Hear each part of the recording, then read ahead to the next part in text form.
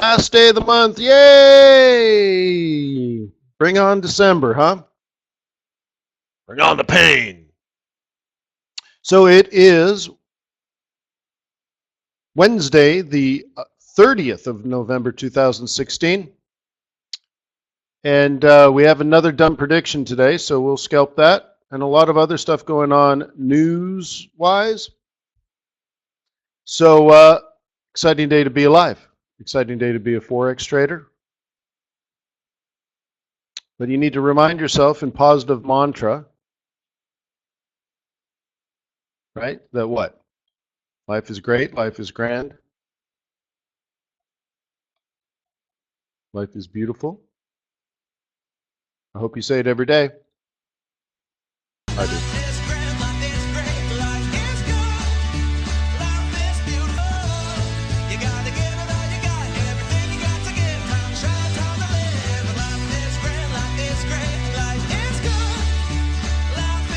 Wayne in Ibiza dances in the bubbles. Guess I'm too old for that, huh? So hey, welcome to Forex.Today. Let me remind you that trading is risky, not appropriate for everyone. Your past performance, however, good or bad, however, it's not necessarily indicative of future results. You could be a hero yesterday and a zero today, or vice versa.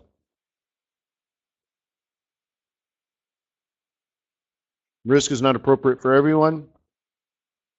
Never risk money you cannot afford to lose. Don't touch the stove, it could be hot.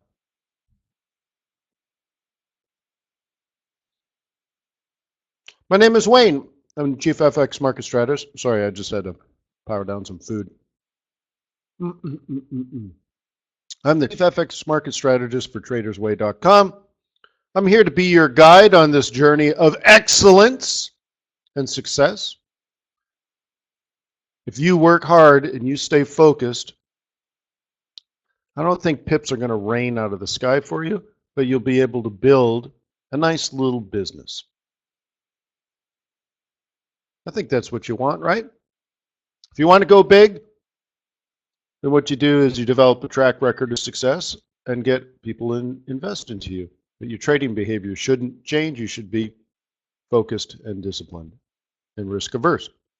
So anyways, I share my experience with you in hopes that you become a successful trader. I do that every single day, Monday through Thursday here at Forex.Today, and every Friday at FX Street, where I am currently Forex Speaker of the Year. And on Friday, we have Trade Non-Farm Payrolls Live, 1,376th a month in a row, give or take a few. But I have been doing that for more than 10 years. So, since I'm here every day and I'm charging the price of free, it'd be nice if you opened up a trading account at TradersWay.com.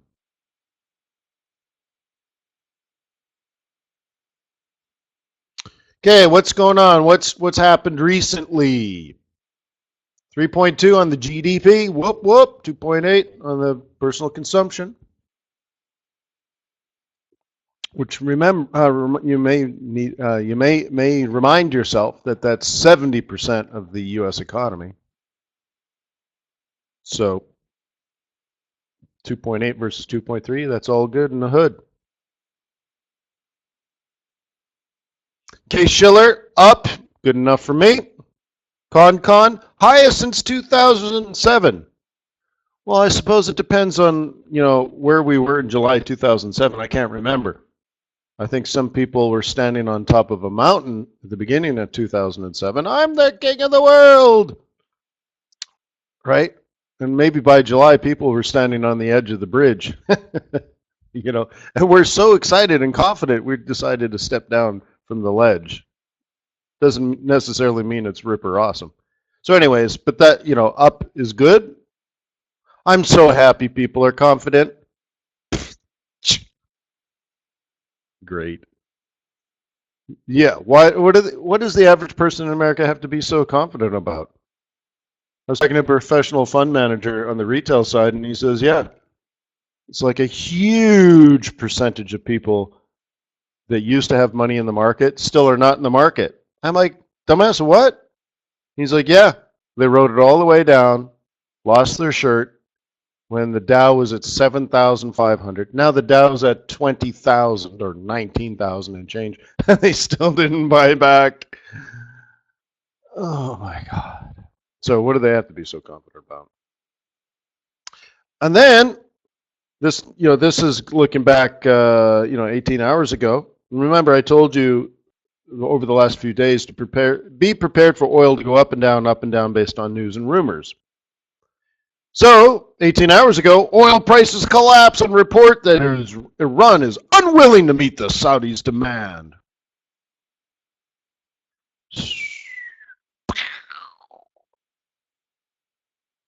But things will change. Oh, things can change. Moving on. China regulators curb speculative flows into commodities. Iron ore collapses 8%. Wow. Well, I guess this company, right? BHP, Rio Tinto down 4%. Whoa. Copper stabilized around 2.57, which is a weekly M2. It's now at the weekly central pivot point, and that would be a buy zone. So there you are, right, Alistair Darling? Australian building approvals fall, the fastest pace in 5 years.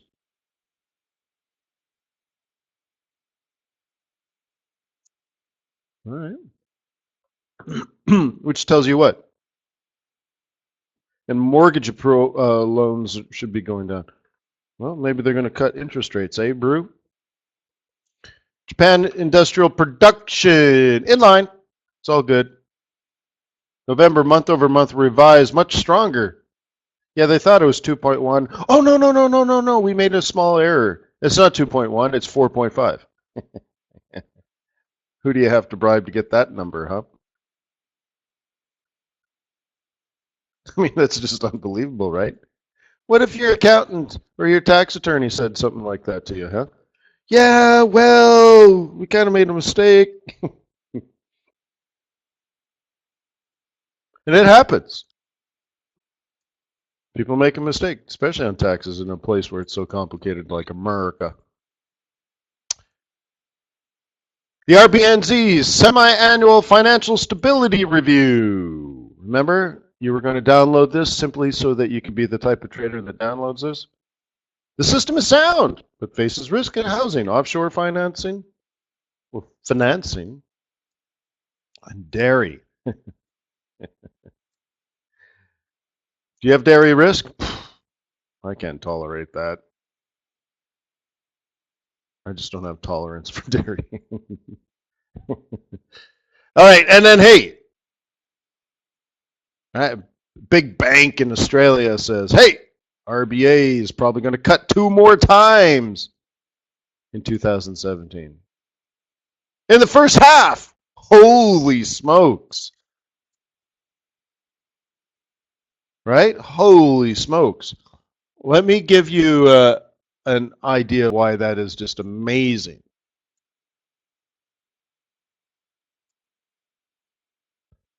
The all-time floor used to be 2.0. So if we're on our way down to 1.0, holy smokes.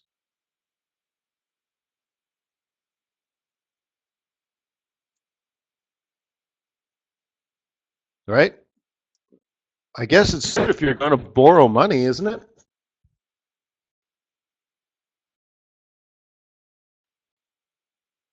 Think time to fly down to Australia and buy some beachfront property?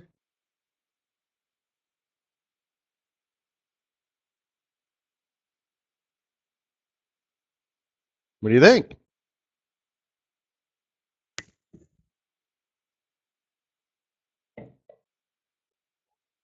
Yeah. Alistair says 7% here. Well, that's why you need to borrow money from Australia, right? That's why it's good to be rich and powerful. If you're rich and powerful, you say, well, I don't want local money. I'll take the foreign money, borrow it cheaper, and hedge the whole thing. All right. So, moving on, by the time we hit the European session, OPEC meeting said to be leaning toward a 6-month agreement on production cuts. Whoa, that whole Iran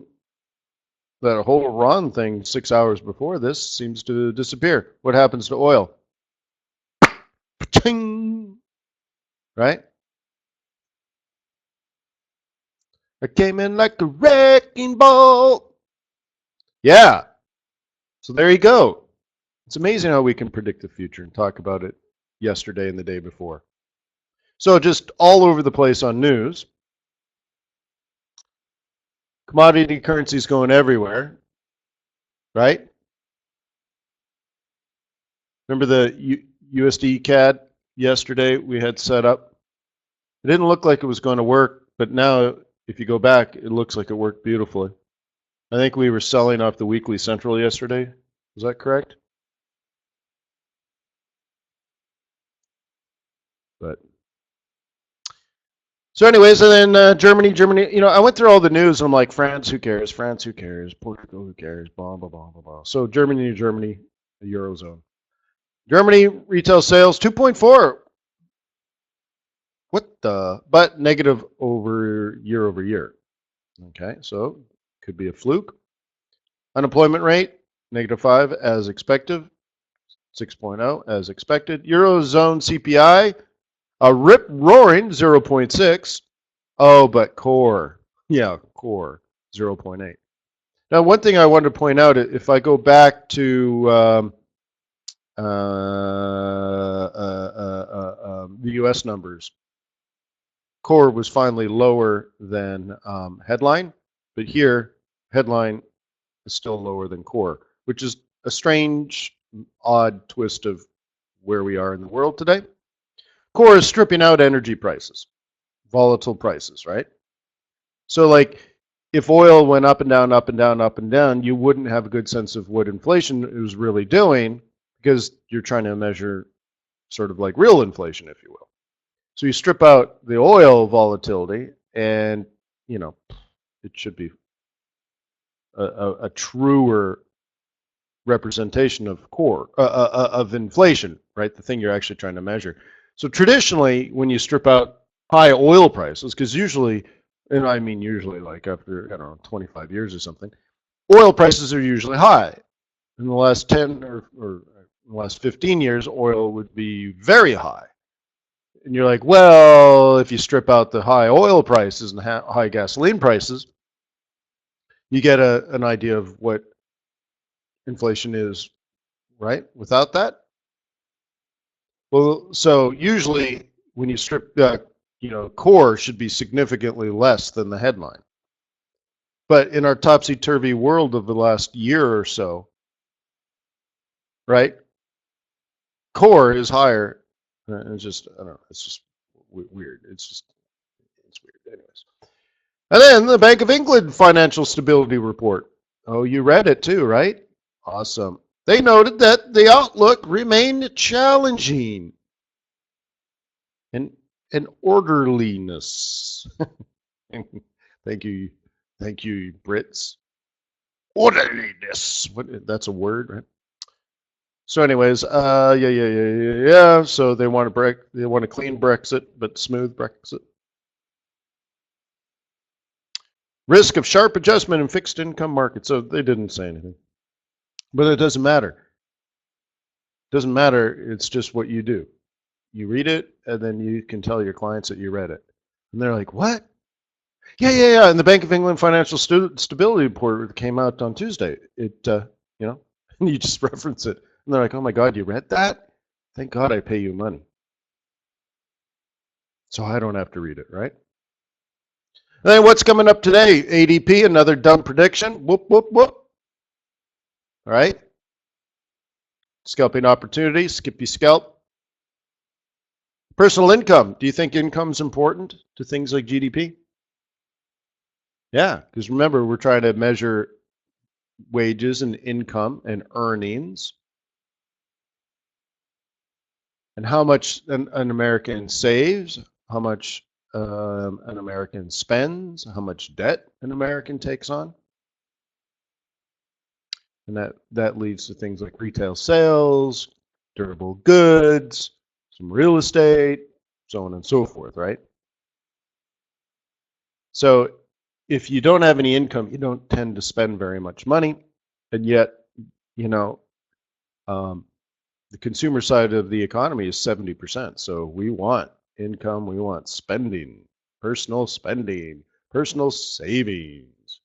So like, do you want to see high savings and low spending? Because Americans got, let's say, a one-time tax rebate, and instead of going to the store with their credit cards, they decided to pay off their credit card instead. If that happened, how much does that impact the economy?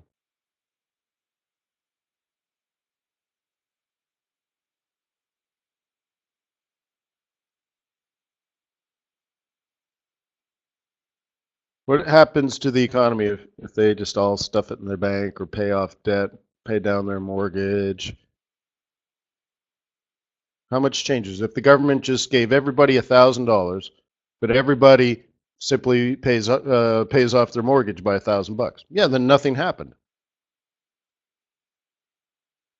Okay, nothing happened. So this is why we need to track it. Okay, how much are you earning? How much are you spending? How much are you saving? Okay. And then the deflator and core, blah, blah, blah, blah, blah. And then Canada GDP. And there's a bunch of other Canadian news. I just didn't put it down there. I just wanted to make sure, like, if you didn't want to trade the US dollar, trade the CAD on that, right? Could be choppy based on the OPEC stuff. And then the OPEC meeting, right? So we'll see what goes on there. So, you know, another good day to be a currency trader, don't you think?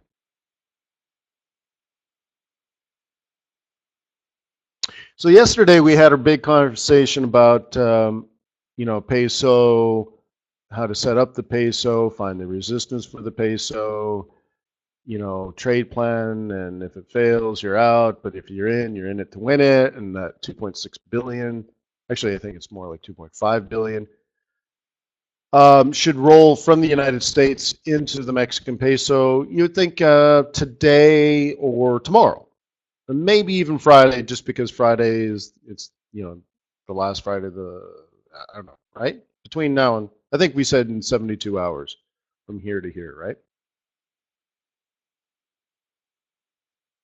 So I drew it out. I have a drop, a rise, and a drop, which it did do. But I'm sorry, it fell a little farther than I anticipated. It actually fell down to here. So, you know, I'm sorry. Came back. We got our little fib, boop, boop, boop, and down to the next level, which is called your second chance. Loufle. Excellent trade plan. No, but the only thing interesting about this is that we could talk about it weeks and how about this? How about next July? July 2017. What are we doing on? Well, no, July is bad because of the holidays. June 1st, 2017. Would be doing the same trades, right? I mean, that's the only interesting part of this, right? It's just like, what if you were like a crazy eccentric billionaire and all you did was, you know, on the second last day and all the way to the first day of every month, you just dropped an extra billion on top of this. So instead of 2.6 billion flowing to Mexico, it was 3.6 billion. Now keep in mind, you're going to get paid your interest if you hold it overnight as well. And on $1 billion leveraged, so now we're talking $100 billion. You're going to earn one day's, what, 5% interest? You know, I mean, it's just an extra, you know, $100,000 for the day. Ciao, and then you're done. You're like, boop, right? Back to your Mexican castle. Oh, don't they? Yeah, you know, the thing is, Nick, first of all these things are negotiable with your broker, okay? But very often what you find, and this is common, and I don't know what TradersWay policy is, but it's just common. This is a trader speaking that's been in the market for a decade and a half. First of all, everything's negotiable, right? So if you come in and you say, well, what if I put $10 million in the account? I would like I'd like a higher yield account. You would get it. And if TradersWay doesn't have such a thing, then someone else would have such a thing or would create such a thing, right? But it's negotiable, and you could talk to all your brokers and say, well, I got $10 million and I'm in it for the yield. So what kind of yield program can you create for me? Because I'm special, I'm unique, I'm beautiful. And I also have $10 million I'm going to deposit. So what do you got for me, babe? Talk to me, goose, right? And you negotiate. Now, conversely, if you deposit, $400 into a broker's account and you're trading micro lots, what's TradersWay earning on that? Two pennies? You know what I mean? 2 pennies, whatever it is, 1 penny, 5 pennies, 10 cents, $1. I don't know. I don't know what it is, right? I don't have a $400 account, but I don't know what it is. But they have expenses. They have employees and customer service. You want to call them up for 15 or 20 minutes. I can't get my MACD to work, right? Dude, all this costs money, right? So a broker needs to be smart in the way that they have their business model so that they cover their expenses, right? And still keep costs low and keep the spreads low so that they're competitive and stuff. So things like most people probably don't trade the Mexican peso to earn a yield. So in such ways that on certain currencies or certain currency pairs and all that kind of stuff, maybe they don't pay interest, maybe they don't pay interest at all, right? Or partial interest, or I know some brokers will charge you interest no matter which way you go. So every broker needs to handle it, but at the end of the day, they need to stay in business to service their $400 clients as well as their $4,000 clients and $40,000 and $400,000. Right? And the guys that have 400,000 or 4 million in their account, they'll probably earn the yield, but then TradersWay can live off the ECN transactional fees and pay their employees and pay the cost of all the overhead and the licensing fees and all the fees that go into issuing your trades into the interbanking system, and pay for the customer service and pay the central bank and pay the taxes and pay, right? So it's just not, again, some guy living in a castle going, wah, look at all the money I got because that $400 account isn't earning yield on the Mexican peso trades, which hardly anyone's actually doing, right?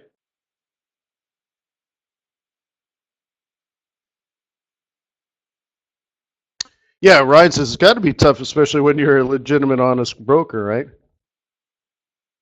Ryan was telling me a story when we first met up in South Africa, and he's like, "Yeah, this other broker, this non-TradersWay broker, but another one that's making a big move in South Africa."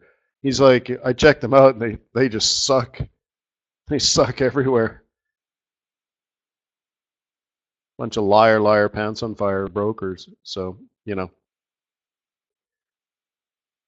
I forget what the situation was, but yeah, I don't remember how you said they were ripping clients off, because you can't just steal money, but maybe they were.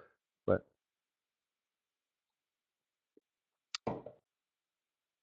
that would be a terrible way of doing it, right? But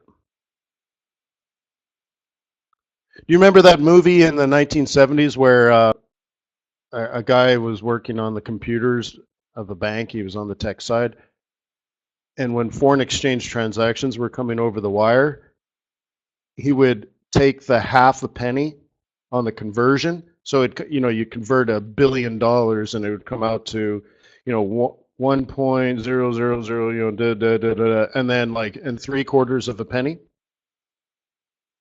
if you actually did the exact foreign. So what he did is he took the 3/4 of a penny and he put it in his own account just automatically. It was all the computers did it.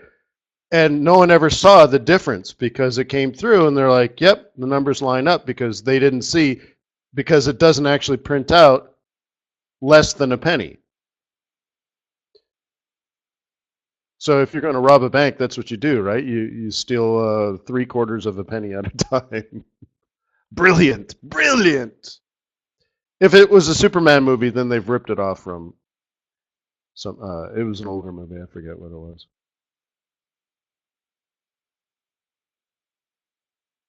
Have you guys seen the original? Oh, I can't even think of the name now.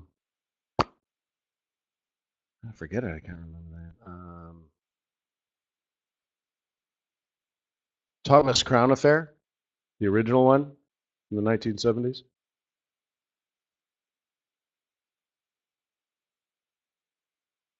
I remember watching that, and it was exciting because he was this extremely wealthy billionaire kind of thing. And they described what he did for a business, and it was foreign exchange arbitrage. And I'm like, oh my God, that's what I do. It just sounded so, but it just sounded so sophisticated. It didn't sound like I'm sitting in my home office in the middle of the night selling Euro USD for $50. No, I'm foreign exchange arbitrageur. So anyway, so there's the peso. It moved. It did what it was supposed to do. There might be another move down. There might not be, but that's why they invented stop losses, right? So you need to handle it the way you want. The stop loss theoretically is way up here. So it's not letting me move it. So I don't know, be it or lock something in or whatnot. So you could, so you probably have it this way if you're on the hourly chart. That's a 618, right? Okay, and then if I move it now, you could do it this way because it is lower low, lower high stuff, right? And just like anything else, you take the old support zone. So you kind of want to keep it below 2060, 2061, right? And moving on down to the east side. This is what would be nice for the rest of the day. It doesn't have to happen. Okay, it would be nice. And maybe it moves with oil too. That's good. Like if oil goes up today, it's not going to hurt Mexico to make more money, right?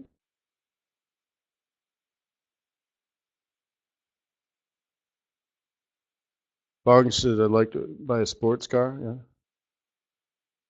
cool. What would you buy?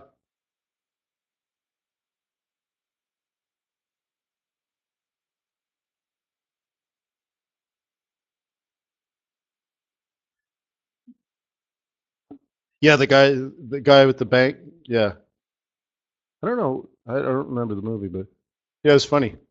But you know, the bank did so many transactions per day, thousands of quarter pennies per day. All of a sudden, it added up to millions, right? All right, so that's that. Did well yesterday on the USD yen. You already know that. Oh, yeah, okay. Here's yesterday's central pivot. Okay, and you can see, and I haven't touched this since yesterday. You can see there's the where we were yesterday, the weekly central. Okay, down, up, oops, down. Cool, cool, Modi, right? And if you remember, based on the fib, and remember, oh, and this giant triangle is the giant sell zone. And then based on, I don't, how do we have this? Oh, the pivot point. Based on the pivot point, since it didn't seem like the pivots were actually acting as the resistance, but they were in there, for some reason, we had it coming down to the middle of the green zone, not necessarily weekly S2, right? Or even weekly M1, it was somewhere in the middle. And so I don't know, it did its thing. And for that to happen, you know, you need oil to go up.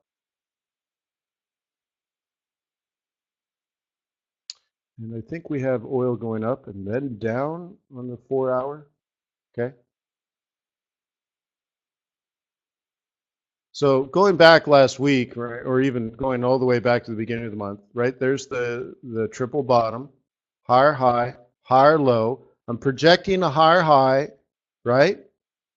Which we didn't actually get the retracement here. It just simply went up to the target, which I had way up here, but we did it like way back on the 16th. So I have it going way up to 50.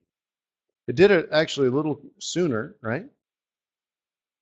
Bigger retracement back into the old roll reversal, double bottom, higher high back into this original target around 50. Right? Kind of amazing.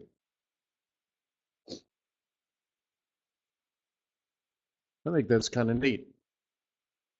So what do we predict from here? And I don't really predict anything from here because everything is going to be news based, right? But if you were a bear, you can take a shot at this 50 area. I have two lines, 49.48, so let's call that 49.50, and 50. So you can, if you're a bear, take the shot down on this and bring it back down to 44.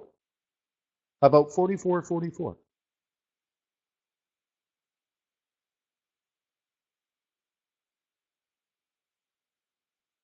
Well, Ryan, I think you should get into the South African government and do something like that instead of just being so blatantly obvious, like walk into a bank and say, "Hi, I'm the finance minister. Fill these bags full of people's money." You're like, Mr. Finance Minister, sir, that might be illegal, right? So get into politics and just, yeah, yeah, steal it in a way that it's not obvious, right? Take it up a notch, raise the bar on on raping and pillaging the citizens. Yeah, happy to do that, Richard. I mean, come on, you got to have some standards, right? Gee whiz. Come on. At least pretend, right? Just say, no, no, no, no. Fill the bags full of money, but it's not for me. It's a humanitarian mission that I'm going to do secretly from my Lamborghini. Makes the people feel good, right? Yeah. Yeah, real deal stuff. South Africa. You got to love South Africa. All right. Boop, boop, boop, boop, boop, boop.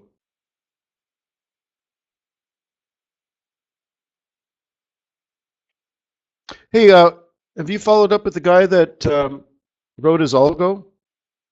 Who was working with it, moving over to a bank?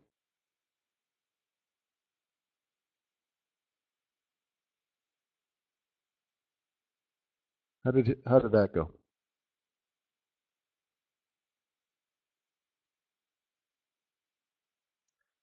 Okay, some gold, huh? Buying it off. So you got a line down here. I'm good with that. So I had a breaking. Okay, it was my idea. I believe yesterday or the day before. I guess it's yesterday. But we didn't get the move down, right? So it popped up. So I get that. That's support. Oversold. That's cool.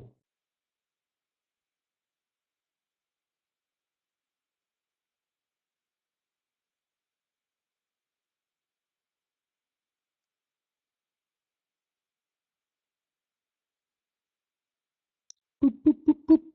Okay. So let's go smaller time frame. Okay. Yeah.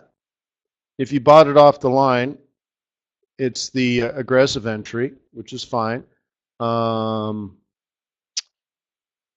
you know, I would prefer an EMA on here. Let's go old school here. Indicators, trend, moving average. Let's do 21. Red fat. Was that an EMA? That doesn't look like an EMA.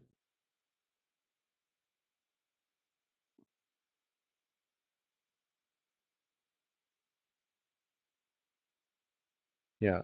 See, look at that. Good eyes. Good eyes, mate. Good eyes. That looks like an EMA. So different, huh? So there we go. Tell you what. Tell you what. So buying it on the line is one way to do it, and that's fine. I'm perfectly okay with that because it's triple bottom. So if you're going to trade the triple bottom, trade the triple bottom. I wouldn't be shocked, however, if it did this first, which may make you nervous, may give you a second entry, but on a smaller time frame, maybe it does something like this first. It'll come into there, it'll retrace back, and then we'll go for the 12er.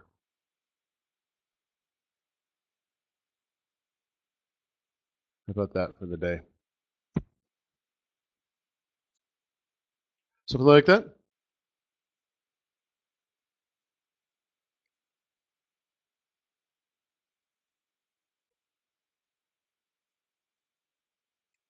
What do you stink? Smell like a plan?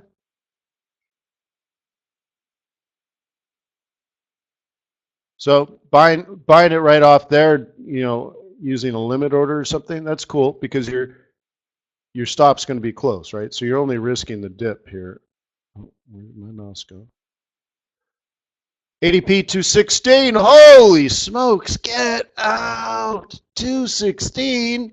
WTF. Oh my God. 216. 216. Ho ho ho ho holy what? 216. Yeah, that's a big ADP. Golly gee whiz, Batman. That's some big numbers. People are going to get all funny about the Fed raising interest rates.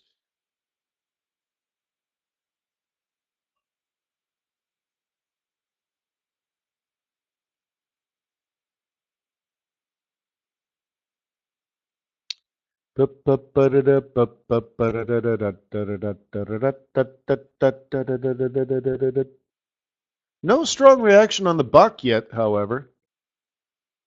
A little bit of yen action.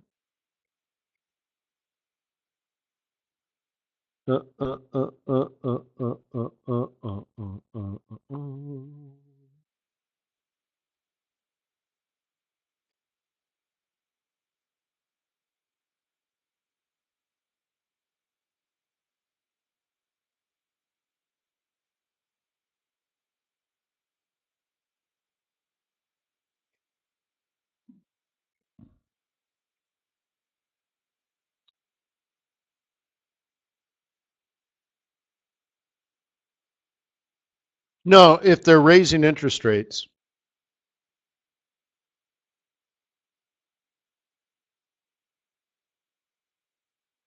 You know,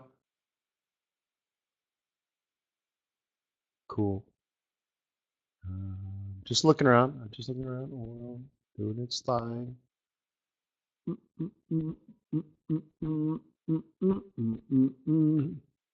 La la la la la. Which one do we want to trade though, yo? Oh. Dashing through the snow.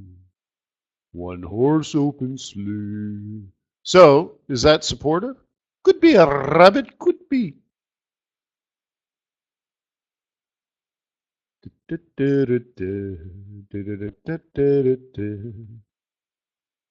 Right? If you were a cheeky monkey buying it just up because it's the green zone.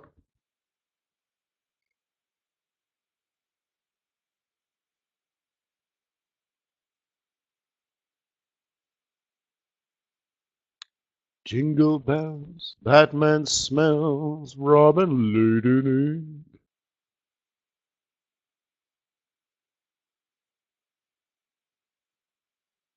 OPEC agrees to cut. Whoop, whoop. Let me move to the oils. Oilses. Come on, oils. OPEC agrees to cut output 1.2 million. Let's see what happens.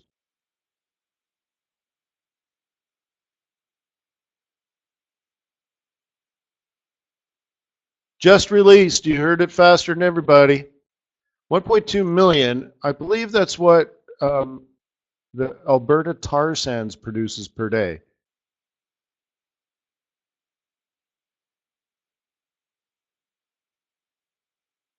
Maybe a CAD yen's the way to go.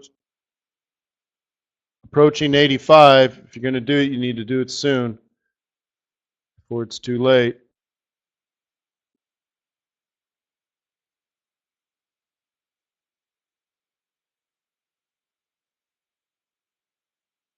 Is it nice to know faster than almost everybody? They're still not even talking about it on the news.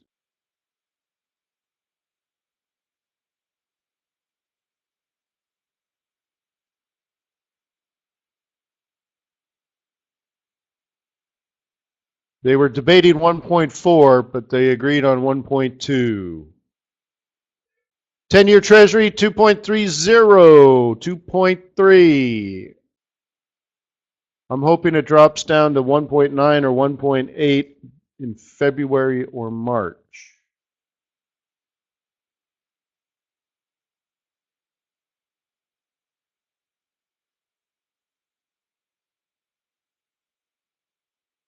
VIX at 12.35.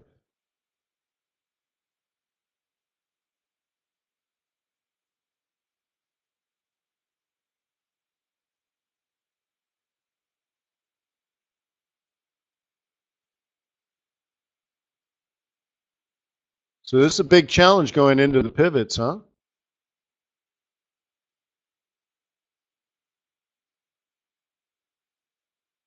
Very little reaction there.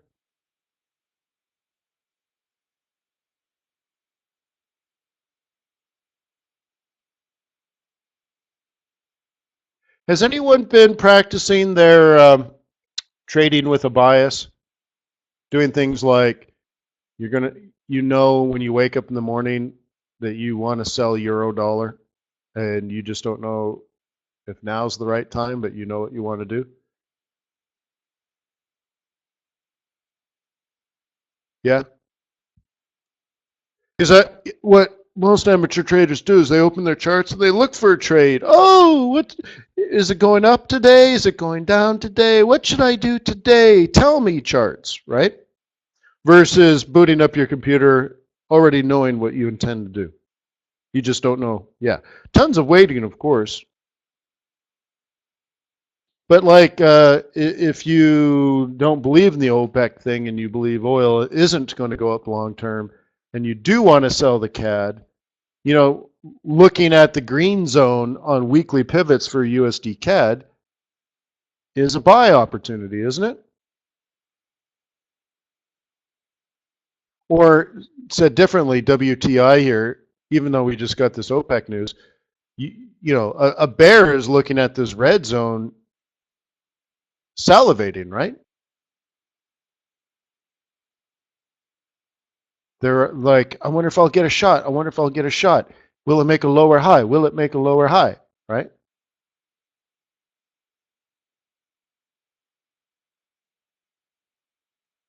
Right? They don't know if it's going to happen, but that they're already there waiting, and maybe they do take a shot. Maybe they did take a shot.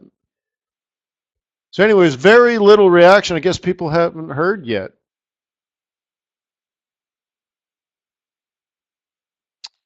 Aussie dollar on a pivot. Aussie USD, huge supportive zone. On a monthly pivot, I believe. It might be a little low now. So people getting out of Aussie, maybe because of the idea that they're going to be cutting interest rates again.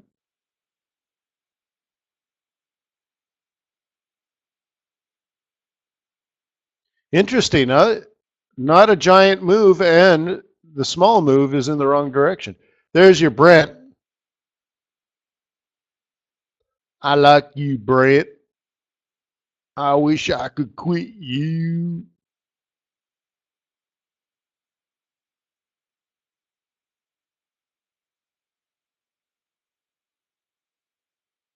Okay. Got to play the 50 up. So I don't know if you remember this exercise. It was a long time ago. We were here, obviously.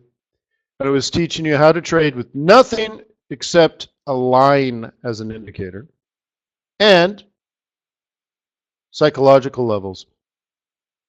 46, 46.50, 47, 47.50, 48, 48.50, 49, right? 49.50, 50, 50.50, 51, where we are now, right? Isn't it interesting?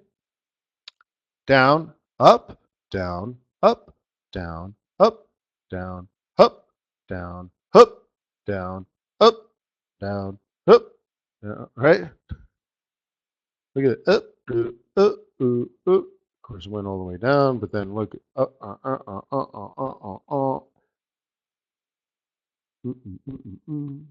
You just notice how well it plays these big numbers, right? So you got to do like the 50, 49, 50 is about here. 50, 50 is about here.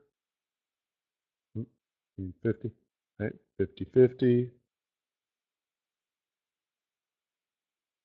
51, right?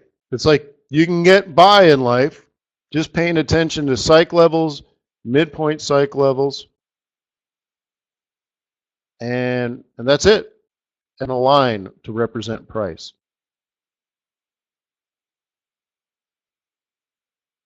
Every 50 cents, huh? And then all the way down to 44. Right? And you just keep doing that. Drop it down into a small time frame. Look at this, guys. Just right? Very cool, I think.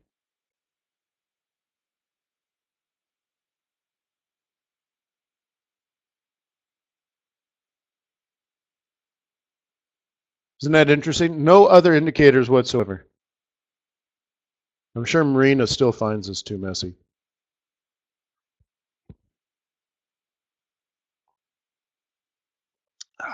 Enjoying my cup of coffee. Cheers to you, everybody.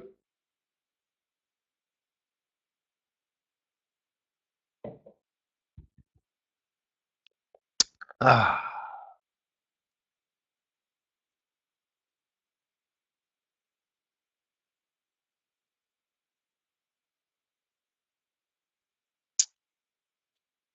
Aight.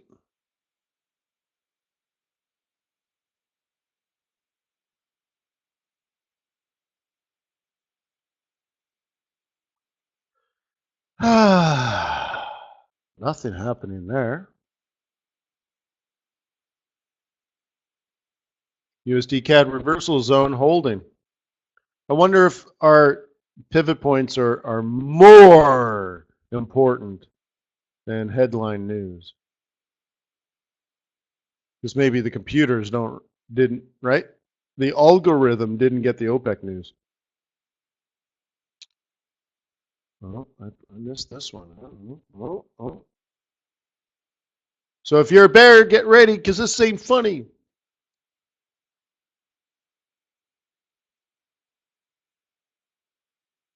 My name is Wayne McD and I'm about to make money.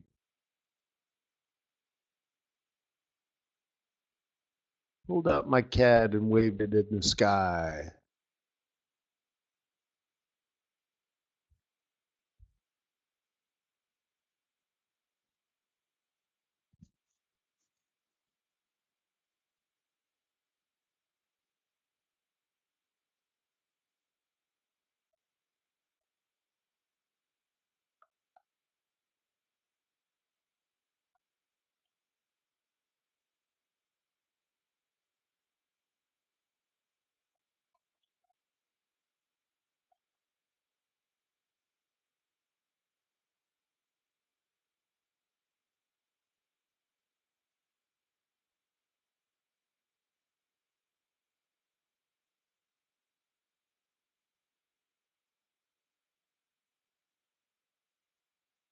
That name doesn't sound familiar.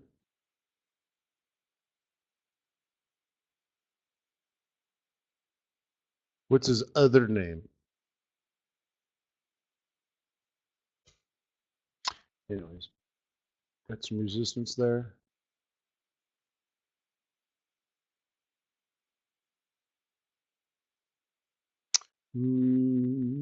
Cool, man.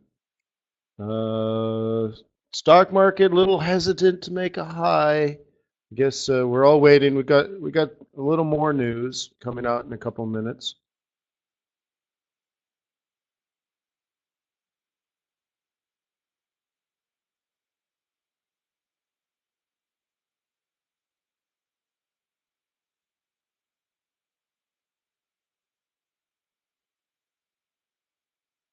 Yeah, yeah. What pairs do I look at every morning? Well, first of all, what do you see? What do you think are on my screens? Everything, right? So it's not the right question. It's more like what should you do, right? And of course, I'm always looking at everything, always. So it's not like in the morning. I don't know. My computer's always on. That's why I use a server. I use a workstation and not a PC. So they're all. I mean, I'm always tuned in and plugged in, and I'm always in front of my charts, right? I check the markets before I go to bed. I check the markets while I'm in bed. I listen to the. Oh, here it is. PCE less than expected. Miss on the PCE. Income better than expected, thumbs up. Spending less than expected. Mixed bag. Canadian GDP better than expected. That's good for Canada. Go CAD. That's two pieces of news that should move kitty CAD. Core PCE as expected. So income up, spending down. PCE deflator. It's a miss month over month, year over year. Canadian industrial production better than expected. So lots of good Canadian dollar news.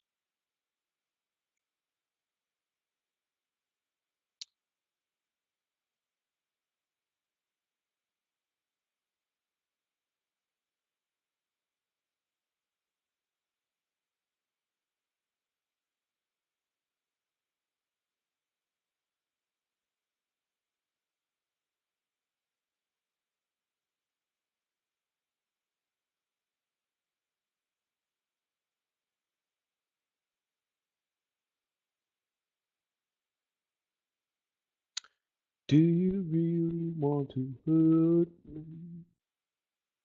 8450 is looking pretty good too. Do you really want to make me cry? I'm going to mark the 50 on here.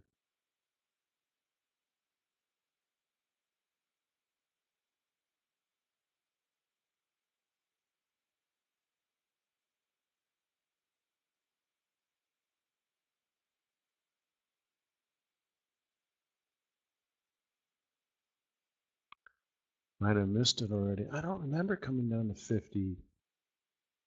Dang. How did I miss that? WTF. Sure enough, I was looking at the other. All right, well, I'm a little miffed about this one. Can't move my mouse. There you go. I'm a little miffed on this one.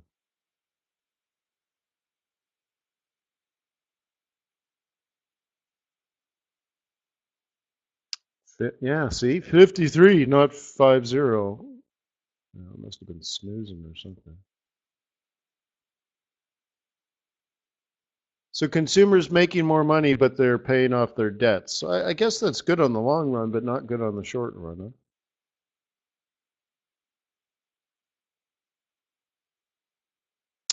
Well, Shootzer. I wanted to buy it at 50, and here we are at 75. Not in it.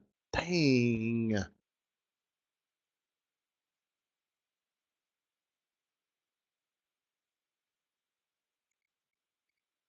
I guess being vulnerable with oil.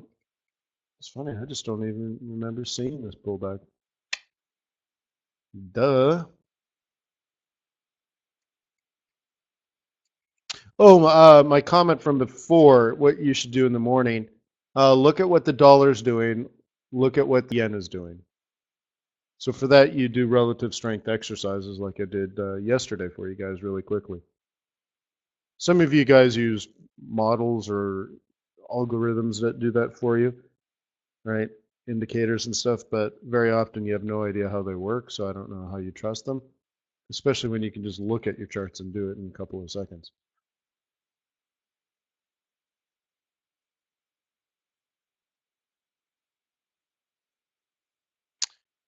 Yep. So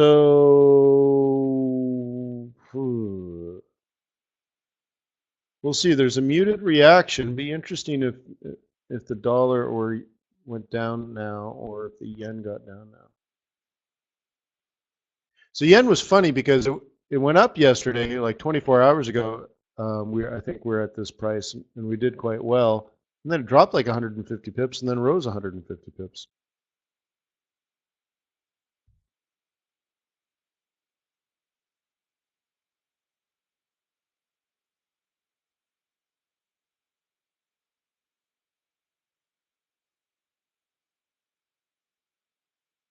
Okay.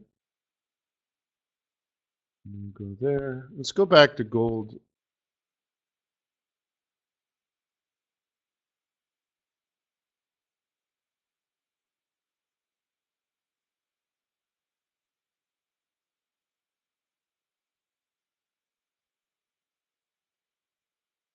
So the way you could be playing gold here is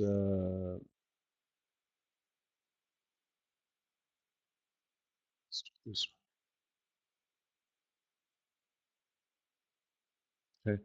It if you're a bear, for example, you would have already sold this, and if you're a bull, you're just simply hoping, right? Which is fine in this area.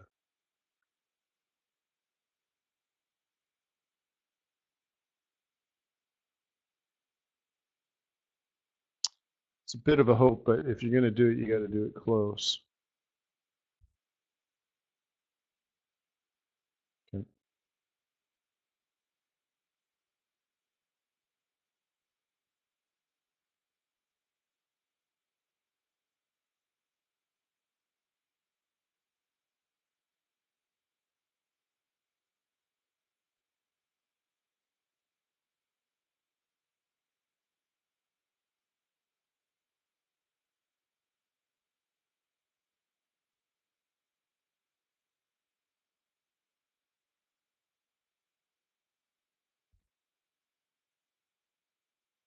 All right. So you do it close because at the end of the day, it's still a downtrend.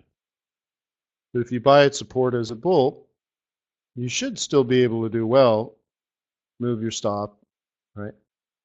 But I think on the other chart, is this the one where I had it coming down and then up? I don't remember. I think that's on my news setup. I don't remember what we did.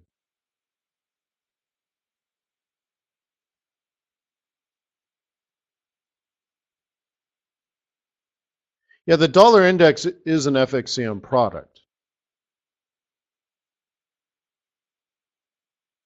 They did it along with was it Dow Jones and Wall Street Journal? I think it was like the Wall Street Journal FXCM dollar index something something, which was different than the traditional dollar index, which was a weighted basket. So there was a lot of euro and hardly any Canadian dollar in it, right? So if the euro moved, well, Dixie moved, but it was mostly because of the euro. So then FXCM came along and worked with another group to create a promotional product that could be talked about on TV when Forex was interesting to the average person that watched CNBC, right? And so they created this, I forget what it was, Dow Jones, Wall Street Journal, FXCM, non-weighted dollar index product.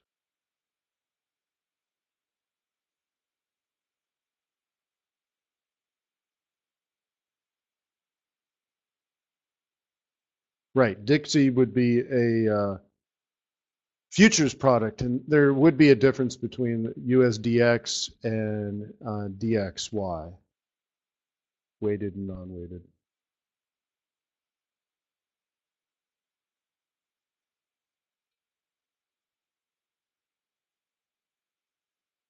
Okay.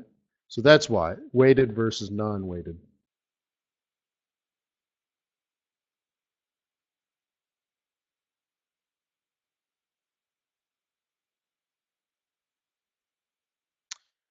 Well, Richard says there's stop loss hunting and blah, blah, blah. You know what? I just don't even think that way. If your stop's too close, you're just retail. That's it. And you got caught in volatility. That's it. There's nothing to it. A true investor or trader that needs to move billions of dollars, they just don't use a 30 pip stop. They build positions, right? No, TradersWay doesn't hunt stops, but I don't think that's what he's saying either. That other traders and stuff like that,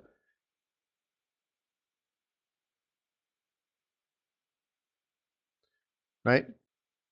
So it's just you bought at support or you didn't. If your stop's too close, then you have a risk management issue and you need to work on it.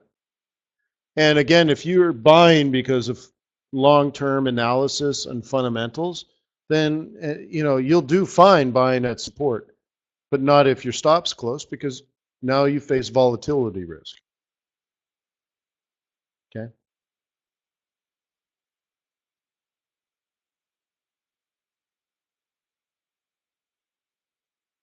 Okay.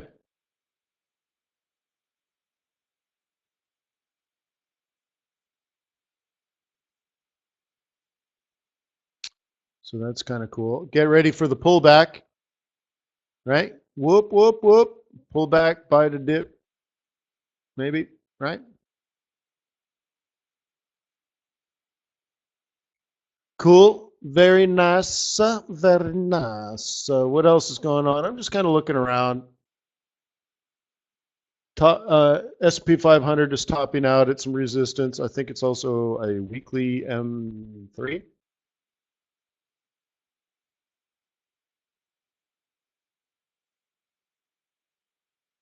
Copper is stuck on its weekly central pivot point. Like I said, the current bottom for copper is a weekly M2, so we're in a buy zone ready to launch. But there's, maybe the flows to China are going to be waned because of the government's new policy that announced earlier today. No big move on OPEC yet, okay? But we were hoping maybe a positive move in Canadian dollar. Nothing major to report as of yet. Okay. Got to get through the green zone.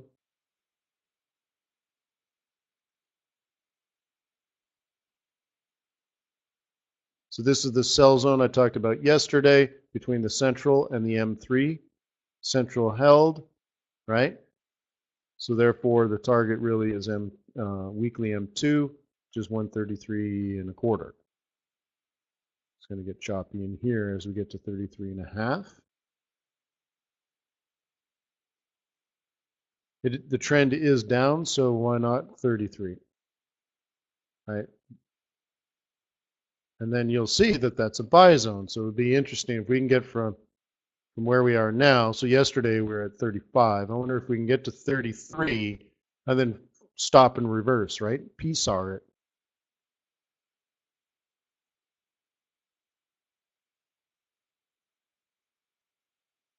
Ryan says the cut was significant, 1.2 billion barrels a day. Well, again, in my mind, I believe that's about the production of the tar sands in Canada.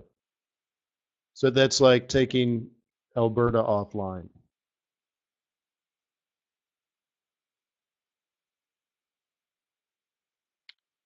Just fine if you're Canada.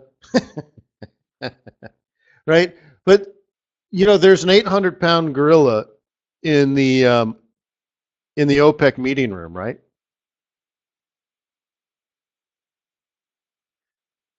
and that they drive prices up.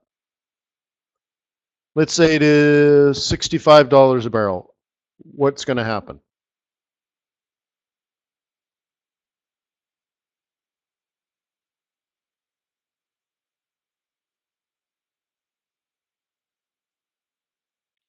The hater's going to hate, hate, hate, hate, hate, hate.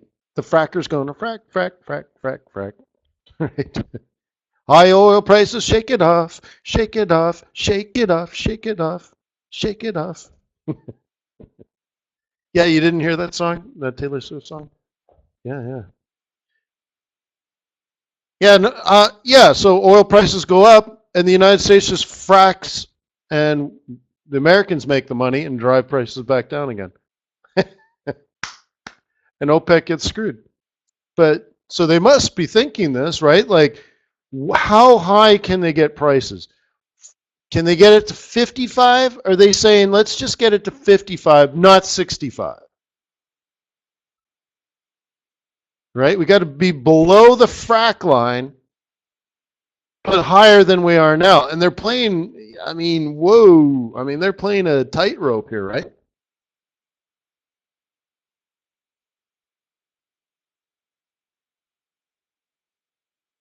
I mean, it's amazing, right? So they're thinking $58 a barrel, but don't hit 60. Don't hit 60, right? But, you know, think of like Canada. They're like, fine, great.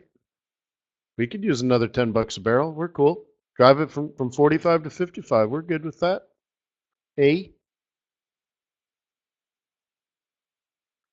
Right? And, you know, I have family in the oil business. They've been in the oil business forever. And I was once told that one of the facilities near where my cousin lived when I grew up as a kid, the whole town was based on one basic oil facility, right? Anyways, I think if I get the numbers right, the investments had been made decades earlier, decades and decades and decades earlier, right? So the infrastructure had been paid for, all the pipes have been paid for, and all that kind of stuff, and it's all automated. There's basically a guy sitting there. If the place catches on fire and is ready to explode, he hits a button and turns it off. That's his job. Of course, it's never happened in 50 years of producing oil, but that's his job, to sit there. The rest is automated, right? Apparently, they're producing oil at $3 a barrel. But of course, it costs $2 to buy the barrel. And it's just pumping out oil. It just keeps coming out of the ground. They put it through the pipe and put it in the truck, and off it goes. Just just like it just happens. It's just like money flowing out of an ATM machine, right? It just keeps coming. You're like, oh my God, where am I going to put all this money? But there was, you know, it's thousands of dollars are pouring out, and you're like, yeah, but there was a $2 transaction fee, right? And like, I wonder if I can negotiate that down. So anyways, yeah. So if it goes from $45 a barrel to $55 a barrel, whoever owns that facility says, yeah, great, right? So cool. Interesting day. We got non-farm payrolls coming up on Friday.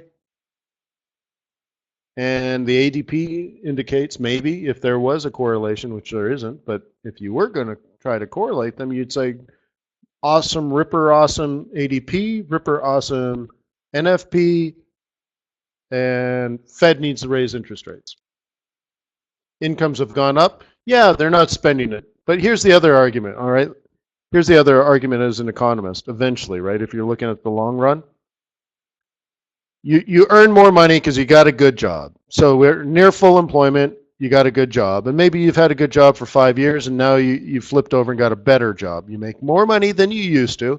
And because you're smart, you're paying down your debt, paying off your credit card debt, paying off your mortgage debt, because maybe you're still underwater and you want to refi at the lower rate. Well, you still can, whatever, but you're not quite spending the money yet.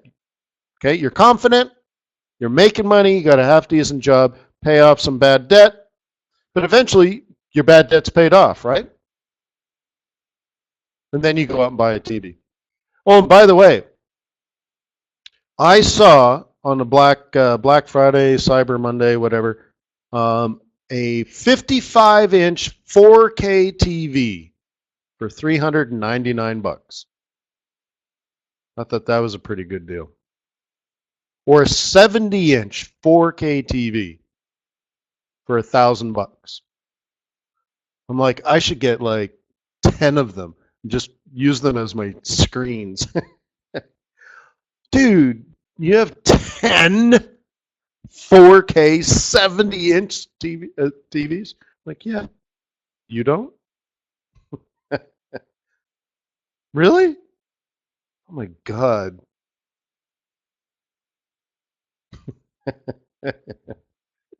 Why not, huh? Welcome to my world. Welcome to my world. But anyways, I got to live on these crappy 22s. So anyways, peace on earth. May the pips be with you. May your profits be above average. I love you, man. I want you to succeed. You too, babe. See you tomorrow.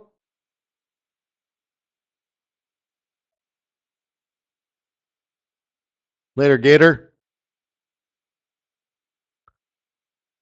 Ladies and germs. Yeah, and if you don't have a TradersWay account, your mother is going to be very disappointed in you. Your friends are going to unfriend you on LinkedIn and Facebook because they're too embarrassed. So just out of social pressure, you should conform and open up a TradersWay account. If that doesn't work, we'll figure out some other guilt, because I'll just keep providing you with so much awesomeness that eventually you'll fold.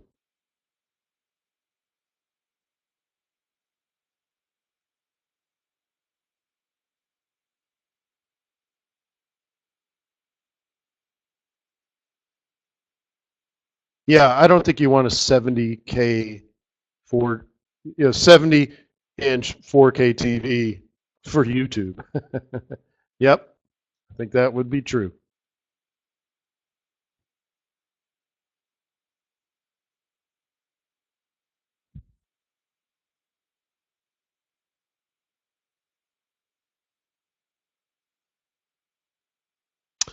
All right, see you tomorrow, guys. Thanks for being on my team. I appreciate the effort you make every day on Forex.Today. Cheers.